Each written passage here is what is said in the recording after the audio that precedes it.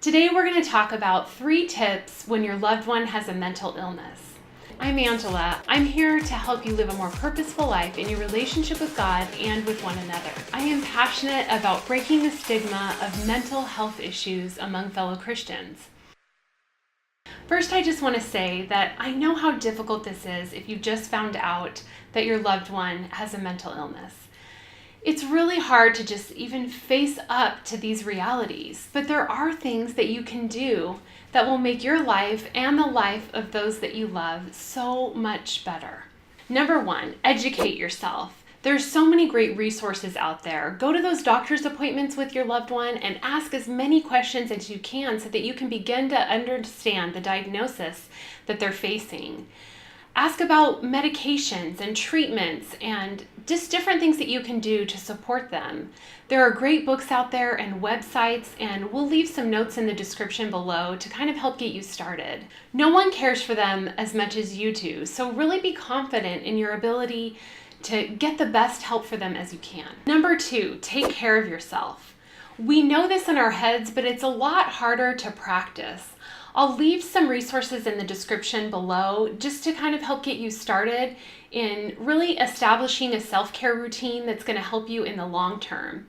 I remember when my husband was about 8 years into his diagnosis, and I realized that I had done so much to care for him that I wasn't caring for myself. And I went ahead and got some counseling and looked into really what it would be like to set up a self-care routine and take care of myself in a better way. And so I'll share some of those resources with you maybe in another episode, but I want to make sure and emphasize how important it is to take care of yourself and really make that a priority. Number 3, advocate for your loved one.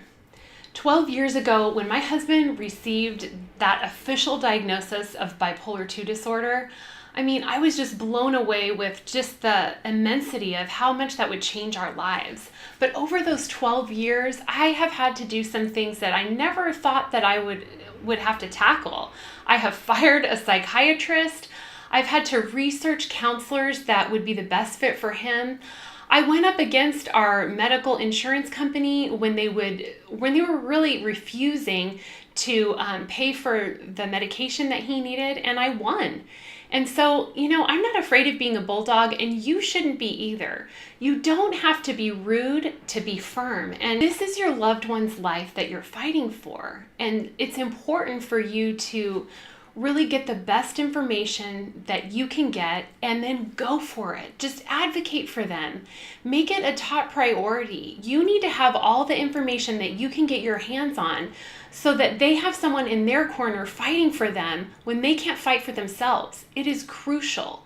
You need to know what medications they're on. You need to know what doctors they're seeing, and really avail yourself to all the information that you can get your hands on. It's really important.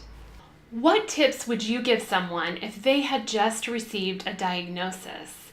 I would love for you to share that in the comments below. Matthew 12:30 and 31. Love the Lord your God with all your heart, with all your soul, and with all your strength, and with all your mind. The second is this: love your neighbor as yourself. There's no commandment greater than these. Please subscribe to more videos. I'll be sharing some great tips and encouragements for whatever it is that you're facing, whether you yourself have a mental illness or you have a loved one who does. I'll see you next time. I'm Angela. I'm here to help you live a more purposeful life in your relationship with God and with one another. I am passionate about breaking the stigma of mental health issues among fellow Christians.